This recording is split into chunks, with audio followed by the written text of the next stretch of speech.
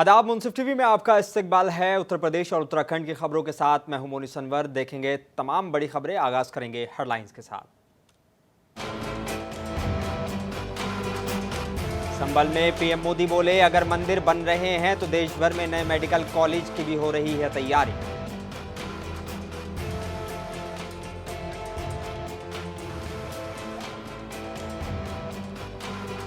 Uttar Pradesh police भर्ती परीक्षा को लेकर अखिलेश यादव ने सरकार पर साधा निशाना। बोले, बेरोजगारों के सब्र का इम्तिहान न ले सरकार।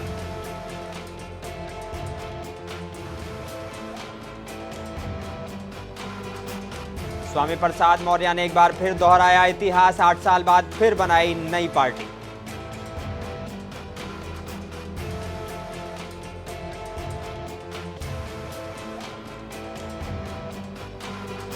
और अमेठी में सियासी हलचल। न्याय यात्रा के साथ राहुल गांधी, स्मृति ईरानी ने भी संभाला मोर्चा।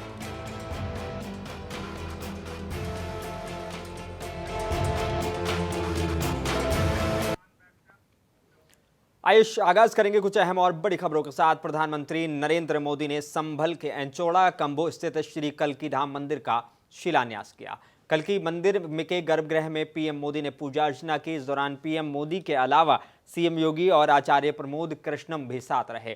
पीएम मोदी ने कहा कि संभल जिले की इस धरती का मैं स्वागत करता हूं, यहां के लोगों का अभिनंदन देखकर गदगद हूं। उन्होंने कहा कि कल्की धाम के शिलान्यास का सौभाग्य उन्हें मिला है। विश्वास है कि ये भारतीय आस्था के एक और विराट केंद्र के रूप में उभर कर सामने आएगा।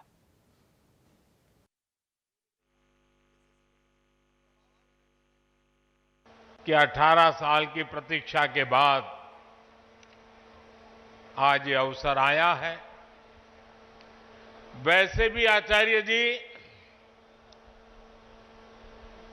कई ऐसे अच्छे काम हैं जो कुछ लोग मेरे लिए ही छोड़ करके चले गए हैं।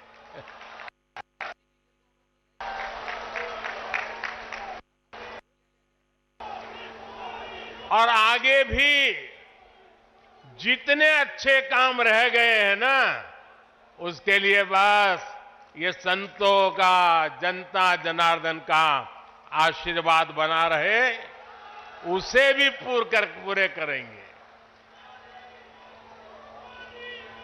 साथियों, आज छत्रपति शिवाजी महाराज की जन्म जयंती भी है। ये दिन इसलिए और पवित्र हो जाता है और ज्यादा प्रेरणादायक हो जाता है। आज हम देश में जो सांस्कृतिक पुनरोदय देख रहे हैं,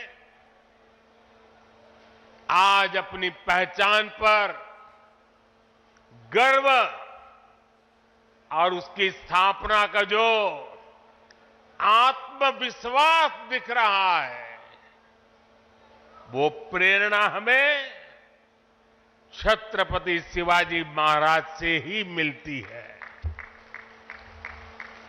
मैं इस अवसर पर छत्रपति शिवाजी महाराज के चरणों में श्रद्धापूर्वक नमन करता हूं, उन्हें श्रद्धांजलि अर्पित करता हूं।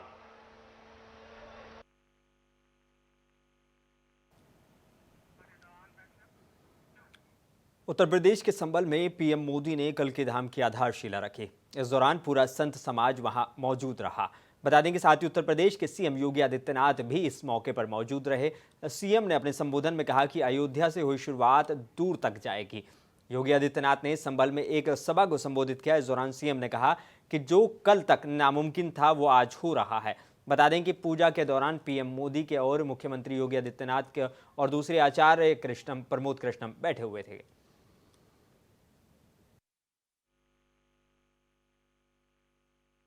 जिन लोगों ने आस्था के साथ लगातार खिलवाड़ किया,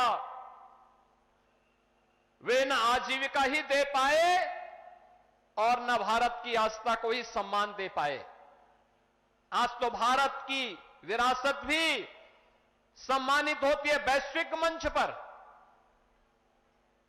जब योग को वैश्विक मान्यता मिलती है और 21 जून की तिथि को दुनिया के लगभग 200 देश एक साथ जब भारत के अंदर किसी एक स्थान पर प्रधानमंत्री मोदी जी के नेतृत्व में करोड़ों भारतीय योग की इस विधा के साथ जुड़ते हैं, तो दुनिया के 200 से अधिक देश भी भारत की ऋषि परंपरा के इस प्रसाद के साथ जुड़ते हैं।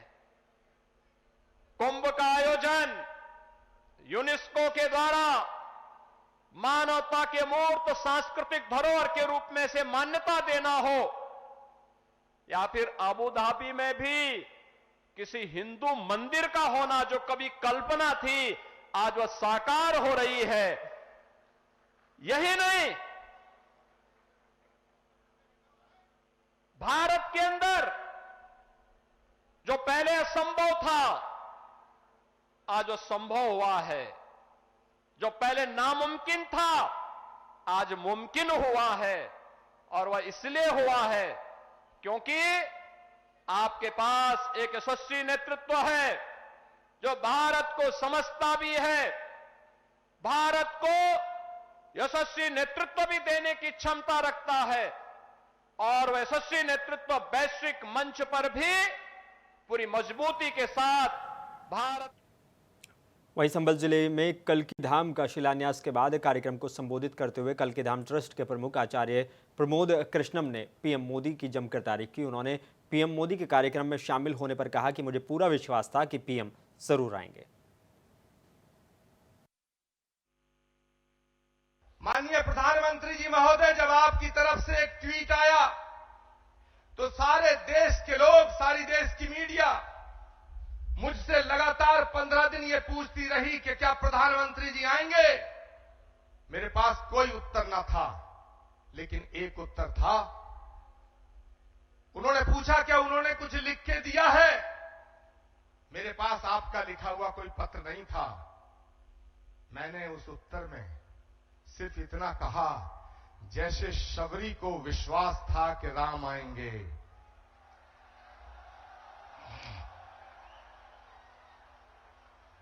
जैसे विदुर को विश्वास था कि कृष्ण आएंगे, जैसे हमारी आस्था का आधार है कि कल्की आएंगे, वैसे ही आचार्य प्रमोद कृष्णम को यह विश्वास था कि नरेंद्र मोदी जी। उत्तर प्रदेश पुलिस विभाग द्वारा निकाली गई कांस्टेबल के 60,244 पदों की भर्ती की लिखित परीक्षा 2 दिनों में संपन्न हो गई है। इस भर्ती के लिए अभ्यर्थियों के ने 17 और 18 फरवरी को लिखित परीक्षा दी। इस दौरान कई जिलों में पेपर लीक और सॉल्वर पकड़ने की खबरें आईं। वहीं से लेकर आज समाजवादी पार्टी के मुखिया अखिलेश यादव ने प्रदेश सरकार पर निशाना साधा है। अखिलेश यादव ने कहा कि भाजपा सरकार बेरोजगारी के सब्र का इम्तिहान न ले। सपा मुखिया अखिलेश यादव ने एक्स पर पोस्ट कर लिखा कि पुलिस भर्ती परीक्षा 2024 के सभी पेपर लीक होने की खबरें सोशल मीडिया पर स्क्रीनशॉट के साथ फैल रही हैं, जिससे लाखों बेरोजगार युवाओं में आक्रोश का माहौल है। पिछले अन्य परीक्षाओं की तरह इस बार भी रोजगार देने के नाम पर पेपर लीक होने की आशंका थी, वो सच होकर समाचारों के रूप में सामने आ रही है। लाख करोड़ रुपए प्रोजेक्ट को धरातल उतारने का, उससे महत्वपूर्ण यह है कि लगभग 60 लाख नौजवानों ने परीक्षा लिखी है, और जो खबरें मिल रही हैं और जो सुनने को आ रहा है सोशल मीडिया और अखबारों के माध्यम से, जो चर्चा में है कि पेपर लीक हुआ है। मान लीजिए उसमें 1 लाख बच्चे 100% नंबर पा गए, या 10 लाख बच्चे बहुत अच्छे नंबर पा गए, तो क्या सरकार उन सबको नौकरी देगी? और 50 लाख कोई छोटा संख्या नहीं है, उनसे 5 परिवार के सदस्य जुड़े हैं। तो जो लोग कह रहे हैं कि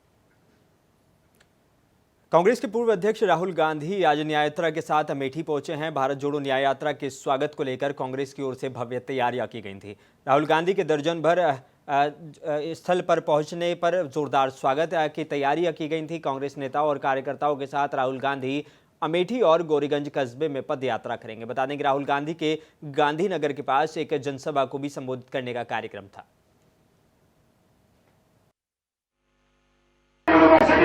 छोड़ो, मुझे हाईकोर्ट का बता दो। हाईकोर्ट पिछड़े कितने हैं बताओ? चुप हो गए, कम नहीं आपने, आप सोए हुए हो। 650 हाईकोर्ट के जज हैं, 73% आप लोगों की आबादी है, 100 जज 73% के पास, और वो भी छोटे छोटे। चलो आप मुझे कहोगे हिंदुस्तान में 73% को ना कॉर्पोरेट हिंदुस्तान में जगह चाहिए, ना मीडिया में जगह चाहिए, ना कोर्ट्स में जगह चाहिए, तो फिर मैं आपसे कहता हूं ठीक है बताओ। कांग्रेस के पूर्व अध्यक्ष और वायनाड से लोकसभा सांसद राहुल गांधी भारत जोड़ो न्याय यात्रा लेकर अपने पुराने संसदीय क्षेत्र अमेठी पहुंचे। इस दौरान उन्होंने सवाल करते हुए कहा कि देश हाईकोर्ट में कितने लोग दलित, आदिवासी और पिछड़ा वर्ग से आते हैं। उत्तर प्रदेश के अमेठी में सोमवार को रैली के दौरान केरल के वायनाड से कांग्रेस के सांसद ने कहा कि हाईकोर्ट्स में कितने दलित और आदिवासी हैं, आप इस सवाल पर चुप हो गए, आपने में दम नहीं है, आप सोए हुए हैं। राहुल गांधी ने आगे दावा किया कि 650 हाईकोर्ट्स जज हैं, 73% आप लोगों की आबादी है, 100 जज सिर्फ 73% के पास हैं और वो भी छोटे छोटे हैं।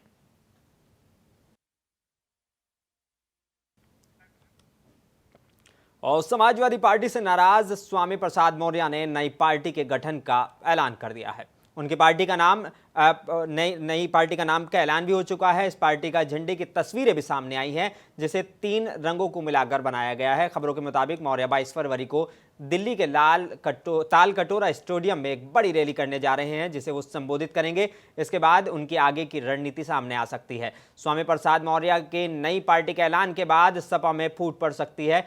कई नेता उनके समर्थन में उनके साथ आ सकते हैं। इनमें हाल ही में इस्तीफा देने वाले कमलाकांत गौतम और सलीम शेरवानी जैसे नामों की भी चर्चा हो रही है। इसके अलावा अपना दल कमेरावादी के नेता और सपा विधायक पल्लवी पटेल भी उनका समर्थन कर सकती हैं।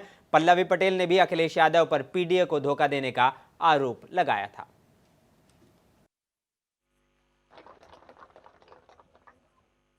भगवान बुद्ध के विचारों को पूरी दुनिया में प्रचारित और प्रसारित करने वाले,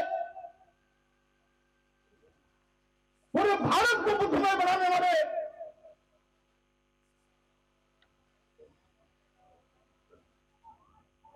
ऐसे महान भारत के शिल्पकार, जिनकी सीमा इस भारत की इराक ईरान तक जाती थी, जिस भारत में कभी अफगानिस्तान भी था, पाकिस्तान भी था। खबर उत्तर प्रदेश के जिला शाहजहांपुर से है, जहां थाना मिर्जापुर के धर्मजीत सिंह डिग्री कॉलेज के पास मेला रामनगरिया ढाई घाट पर जा रही श्रद्धालु से भरी ट्रॉली दूसरी ट्रैक्टर ट्रॉली से ओवरटेक करने के चक्कर में अनियंत्रित होकर पलट गई, जिसमें एक महिला और एक बच्ची की इसमें दबकर मौत हो गई। सूचना पर पहुंची मिर्जापुर पुलिस और डायल 112 ट्राली में दबे श्रद्धालुओं को बाहर निकाला और एम्बुलेंस से अस्पताल भेज दिया है और इनका अस्पताल में इलाज चल रहा है।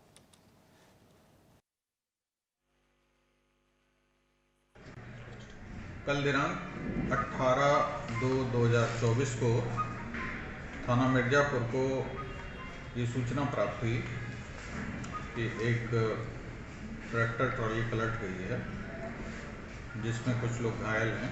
सूचना पर थाना मिर्जापुर प्रभारी तथा उनके टीम तत्काल मौके पर पहुंची, जहां पहुंचकर उन्होंने विवरण प्राप्त किया।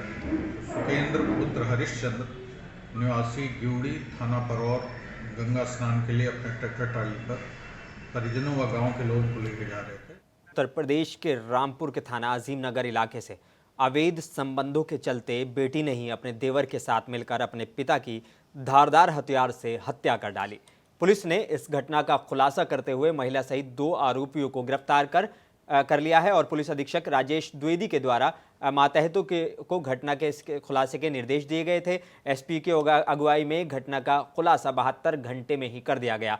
देवर के साथ मिलकर बुजुर्ग को मौत के घाट उतार दिया गया था। फिलहाल दोनों ही हत्या के आरोपियों को पुलिस के द्वारा गिरफ्तार कर लिया गया है और जिनको न्यायालय में भेजा गया है और उसके बाद चालान करके जेल भेज दिया गया है। दिनांक 16 फरवरी को थाना अजीम नगर में एक व्यक्ति जो कि गंडा तावीज़ आदि बनाने का काम करता था, वो अपने घर में घायल अवस्था में मिला। उसका गला किसी शार्प ऑब्जेक्ट से रेता गया था। घायल अवस्था में उसको अस्पताल ले आया गया, जहां उसकी मृत्यु हो गई। इस संबंध में अज्ञात के विरुद्ध अभियोग पंजीकृत किया गया था। उत्तर प्रदेश के जिला रामपुर में रविवार को यूपी आरक्षी पुलिस भर्ती परीक्षा में परीक्षा केंद्र राजकीय इंटर कॉलेज थाना शहजाद नगर पर एक सॉल्वर को गिरफ्तार किया गया, जिसको लेकर आज पुलिस अधीक्षक अतुल श्रीवास्तव ने बताया कि धमौरा पर प्रथम पाली की परीक्षा के दौरान एक परीक्षार्थी पर संदेह हुआ, जिसको बायोमेट्रिक मैच नहीं हुआ, जिसके आधार पर जांच की गई। जांच में ये सामने आया कि दिलीप सॉल्वर किसी राजीव नाम के व्यक्ति के स्थान पर बैठकर एग्जाम देने के लिए आया था। विस्तृत जांच आधार पर ये तथ्य प्रमाणित पाए गए, जिसके आधार पर अभियोग पंजीकृत कर अभियुक्त को गिरफ्तार कर लिया गया है और पुलिस जांच में जुटी हुई है। आज जेआईसी धमौरा के प्रथम पाली के एग्ज़ाम के समय एक अभ्यर्थी पर संदेह हुआ, उसके बायोमेट्रिक्स मैच नहीं हुए। इसके आधार पर विस्तृत जांच की गई। जांच में ये प्रकाश में आया कि दिलीप नाम का एक व्यक्ति जो सॉल्वर है और वो राजीव नाम के दूसरे लड़के के स्थान पर बैठ करके वो एग्ज़ाम दे रहा था। खबर लखीमपुर खीरी से है, जहां जिले में उस वक्त हड़कंप मच गया जब कुछ दबंगों ने कॉलेज के अध्यापक और उसके परिवार पर जानलेवा हमला कर गंभीर रूप से घायल कर दिया। जिसकी सूचना मिलने पर मौके पर पहुंची पुलिस ने तो आरोपी फरार होने लगे, जिसमें से कुछ लोगों को पुलिस ने गिरफ्तार कर लिया और उनसे पूछताछ शुरू कर दी है। फिलहाल पुलिस ने फरार हो रहे आरोपियों सहित कुछ अज्ञात लोगों को भी गिरफ्तार किया है, जिनके पास से अवैध असला और बरामद किया गया है, जिनसे पूछताछ की जा रही है। हालांकि पुलिस ने सीसीटीवी फुटेज भी खंगालना शुरू कर दिया है।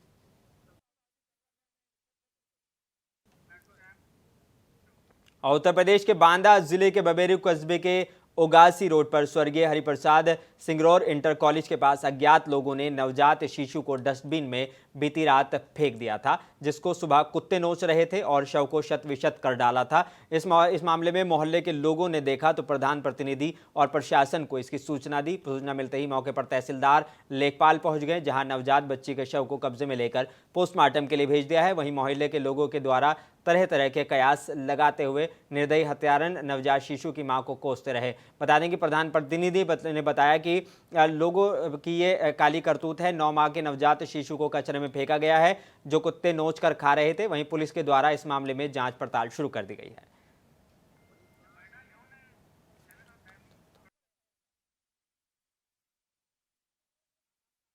क्या नाम है आपका? रामफल त्यागी। क्या मामला हुआ है? मामला ये सूचना जैसे मुझे मिली है, ये आवासी सिंगरौर इंटर कॉलेज के पास में जो डस्टबिन रखा हुआ है, इसमें नवजात शिशु जो है पड़ा हुआ था, जिसमें इसकी शिनाख्त जो है कुत्ते ने जब बाहर किया तब मोहल्ले के लोगों ने जानकारी मिली, उन्होंने हमें सूचना दिया। तो कौन कौन अधिकारी आए थे? इसमें हमारे तहसीलदार साहब बबेरू और कस्बा इंचार्ज बबेरू और सभी लेखपाल साहब बबेरू, सभी लोग यहाँ उपस्थित हुए। सारी जनता क्या कार्रवाई हुई? कार्रवाई इसका पोस्ट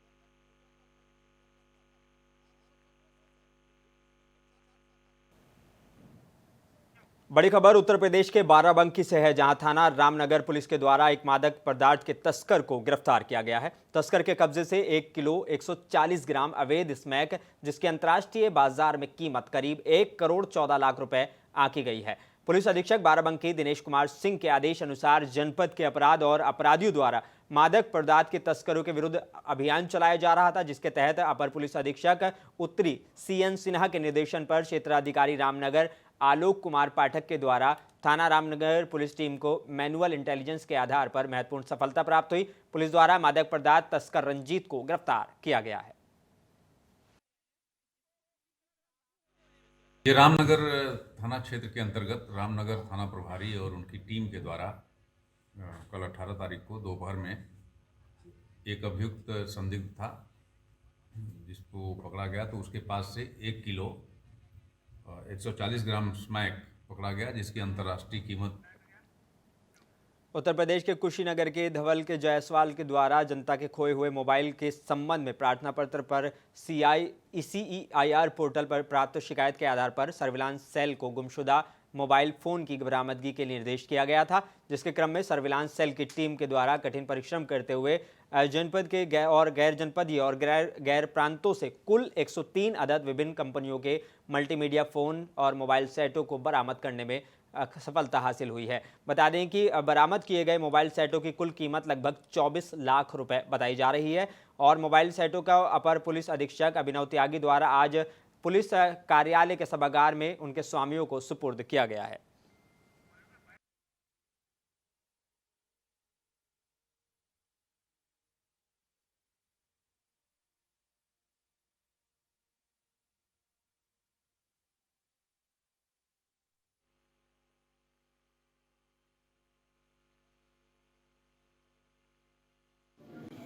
श्रीमान पुलिस अधीक्षक कुशीनगर श्री धवल जायसवाल सर के नेतृत्व में आज कुशीनगर पुलिस साइबर सर्विलांस ने 103 अदद मोबाइल जिनके जो खोए हुए पोर्टल पर या फिर दूसरे शिकायत पत्र दिए गए थे उनको ढूंढकर उनके स्वामी हैं उनको हाथ दिया गया है। इसमें उत्तर प्रदेश के जिला आजमगढ़ के मुबारकपुर में पुलिस आरक्षी परीक्षा के दूसरे दिन कड़ी निगरानी के बीच संपन्न हुई। नकल विहीन परीक्षा कराने के लिए प्रशासन काफी सख्त दिखाई दे रहा था। पुलिस भर्ती परीक्षा का दूसरा दिन MP inter college Mubarakpur, Saket inter college Garhwal, Samta Balika inter college में परीक्षा केंद्र पर पुलिस भर्ती परीक्षा कड़ी निगरानी से की गई और इस दौरान CCTV कैमरे की नज़र में परीक्षा हुई। इस मौके पर थाना प्रभारी निरीक्षक मुबारकपुर निहार नंद कुमार अपने हमराह पुलिस के परीक्षा केंद्र पर भ्रमण करते रहे। आदाब, इस वक्त मैं मौजूद हूँ मुबारकपुर जो है आजमगढ़ का ये मुबारकपुर जो है यहाँ पे आज मुबारकपुर इंटर कॉलेज में जो है परीक्षाएं चल रही हैं पुलिस भर्ती को लेकर और इसमें जो है पूरी तरीके से प्रशासन मुस्तैदी से नज़र आ रहा है। जैसा कि जो है कल 6 माफिया जो पकड़े गए थे उसी संबंध में आजमगढ़ जिले की पुलिस पूरी तरीके से जो है सख्ती पेश करते हुए नजर आ रही है। जिस तरीके से देख सकते हैं कि प्रवेश जब बच्चे यहाँ एंट्री ले रहे हैं उसमें जो है देख के किस तरीके से लोगों का जो है जमावड़ा हो रहा है और किस तरीके से उनकी जांच पड़ताल की जा रही है ताकि कहीं ऐसा ना हो जाए कि परीक्षा जो है फेल हो जाए। उत्तर प्रदेश के शाहजहांपुर जिले के मुबारकपुर नगर के विद्युत उपकेंद्र के पास साईं मंदिर के परिसर में विद्युत संविदा कर्मचारी महासंघ उत्तर प्रदेश की एक बैठक आहूत की गई, जिसमें आउटसोर्सिंग कर्मचारियों ने विभिन्न मांगों को लेकर सरकार से मनवाने के लिए रणनीति तैयार की। बैठक की अध्यक्षता जोनल प्रभारी आजमगढ़ राम दुलारे गुप्ता ने की और उन्होंने बताया कि प्रदेश व्यापी विशाल सत्याग्रह और धरना प्रदर्शन का कार्यक्रम आगामी 20 फरवरी को प्रत्येक मंडल पर शांतिपूर्ण सत्याग्रह और महासभा और उच्च अधिकारियों के माध्यम से ऊर्जा मंत्री AK शर्मा को संबोधित ज्ञापन दिया जाएगा। विद्युत संविदा मजदूर संगठन राम दुलारे गुप्ता, जोन प्रभारी आजमगढ़। सर आज जो है एक आप मीटिंग रखे हैं, इसका क्या उद्देश्य है? उद्देश्य है कि प्रदेश व्यापी विशाल सत्याग्रह 20 तारीख को हम लोग करेंगे। 20 फरवरी 2024 दिन मंगलवार को प्रत्येक जिला परियोजनाओं पर शांतिपूर्वक सत्याग्रह एवं सभा तथा उच्च अधिकारियों के माध्यम से माननीय ऊर्जा मंत्री AK शर्मा जी को विज्ञापन 27 फरवरी 2024 दिन मंगलवार को। बुलेटिन में बस इतना ही। अपने मेजबान मोनी सनवर को दीजिए इजाजत। आप बने रहिए मुंसिफ TV के साथ।